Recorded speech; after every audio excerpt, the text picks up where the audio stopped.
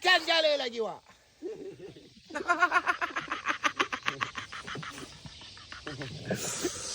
Jadi, Wak, cerita hari ni kami ngomban jala lagi, Wak. Agak lain, Wak. Tukang ngomban jala kita ni, Wak. Muka tak nampak. Nanti kita tengok hasil dia, Wak, ya.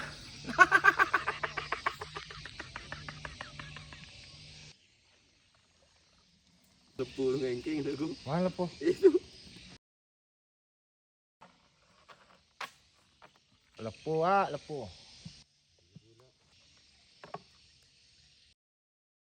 Hambankan batu jaring lagi, Wak.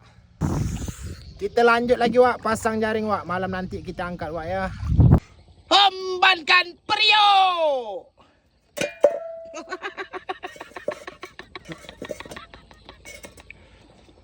Hambankan kuah.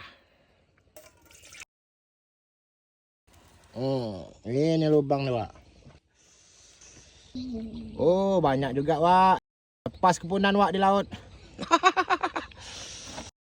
Hambankan daun kunyit. Ya, lengkap, Wak, dalam ni. Dah lengkap bumbu dia, Wak.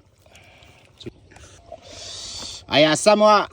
Dah lengkap juga, Wak. Dengan perbumbuannya sekali, Wak. Hambankan udang. Pak, tolong, Ar. Tolong. Tak dapat ngomban seorang ni. Oh, tumpah. Udang segar. Basuh geron aku ni, Wak, sikit. Dan di sini kita tengok udang rebus kita sudah masak. Gila.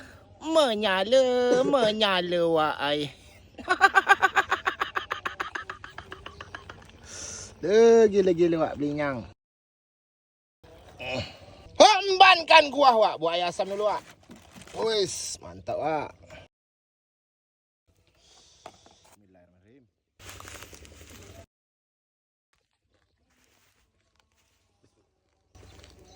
Ya, sangkut kawan aku ni, Wak.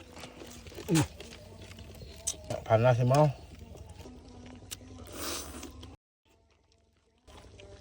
Gila, Wak, bapak-bapak lemak.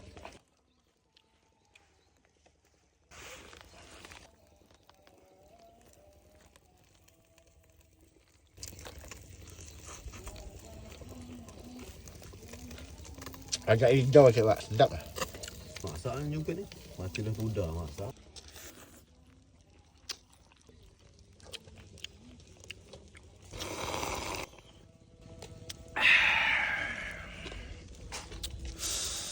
Gila, Wak. Menyala, Wak, ai.